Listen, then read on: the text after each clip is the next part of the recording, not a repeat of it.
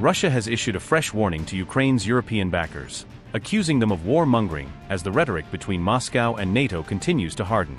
On February 8, Russia's foreign minister threatened retaliation if NATO attacks Russia, framing Moscow's posture as defensive but ready to escalate. In an interview with NTV, Sergey Lavrov reiterated that Russia will not attack NATO first, insisting Moscow has no reason to open a new front. Lavrov warned that if NATO chooses to attack Russia, it would trigger a full-scale military retaliation, signaling a response far beyond the current war's scope. RT quoted Lavrov saying that if Europe acts on its threats, it will face a full-fledged response, amplifying the message as a deterrent to NATO planning. Lavrov said, and I quote, "We are not going to attack any part of Europe.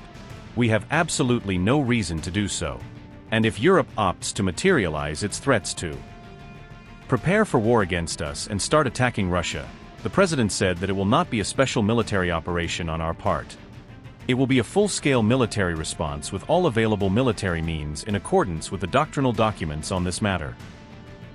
NATO has been accusing Russia of preparing for a wider war against European nations, keeping alliance forces focused on deterrence and readiness.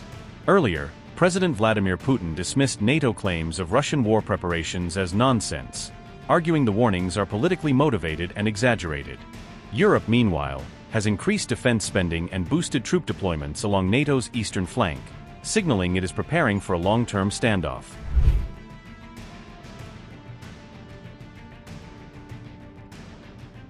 Russia has also reportedly accused Europe of trying to sabotage US-brokered peace talks, suggesting Moscow believes European capitals prefer continued pressure over compromise. Russia and Ukraine have held 2 rounds of 3-way peace talks with the US in Abu Dhabi, but the discussions have so far failed to produce a breakthrough.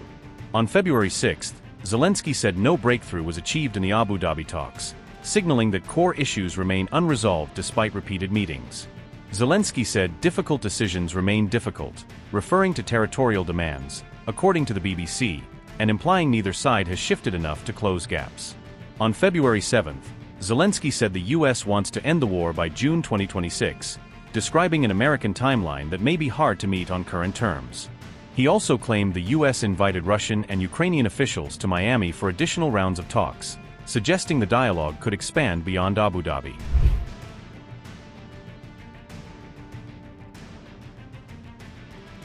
Meanwhile, Russia has continued attacks despite Trump's peace push, keeping military pressure on Ukraine even as diplomacy is discussed. Reports said Russia carried out another wave of strikes overnight from February 8 into February 9, indicating the tempo remains high. The Kyiv Independent reported that Ukraine's port city Odesa faced a large-scale drone attack, highlighting continued pressure on coastal infrastructure and logistics. In Kyiv, explosions were reported after Russia allegedly launched ballistic missiles, showing the capital remains within the strike pattern. Multiple Ukrainian cities reportedly experienced targeted missile and drone attacks, suggesting a broad campaign rather than isolated hits. Russia's war against Ukraine's energy infrastructure has also continued despite Trump's pleas to Putin, keeping winter hardship at the center of the conflict.